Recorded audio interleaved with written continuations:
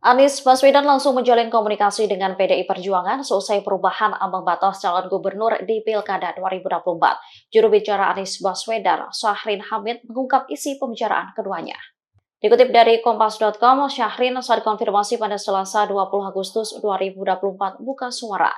Ia membenarkan adanya komunikasi antara Anies dan PDI Perjuangan terkait Pilkada Jakarta.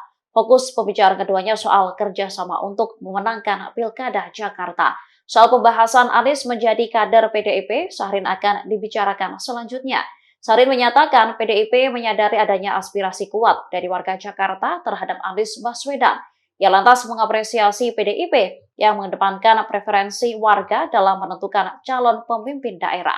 Diketahui komunikasi antara Anies dan PDIP muncul setelah putusan Mahkamah Konstitusi yang mengubah ambang batas pencalonan kepala daerah.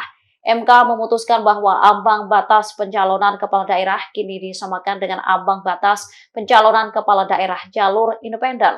Dengan putusan MK ini, sejumlah parpol bisa mengajukan calon pemimpin masing-masing, sehingga bisa melawan parpol gemuk yang tergabung dengan Kim Plus. Dengan Pak Anies, ya teman-teman banyak berkomunikasi, Pak Anies bahkan yang menginisiasi komunikasi, juga dengan yang lain. Kan kalian jangan berpikir bahwa pilihannya di Jakarta hanya ada Anies dan yang lain kan? Kalau Pak Ganjar gimana? Kenapa? Pak Ganjar. Kenapa gak mungkin saya atau Anies? Ya ada kemungkinan. Jadi jangan terlalu berfokus pada itu. Bisa ya? Semua kemungkinan ada. Download Tribun X sekarang. Menghadirkan lokal menjadi Indonesia.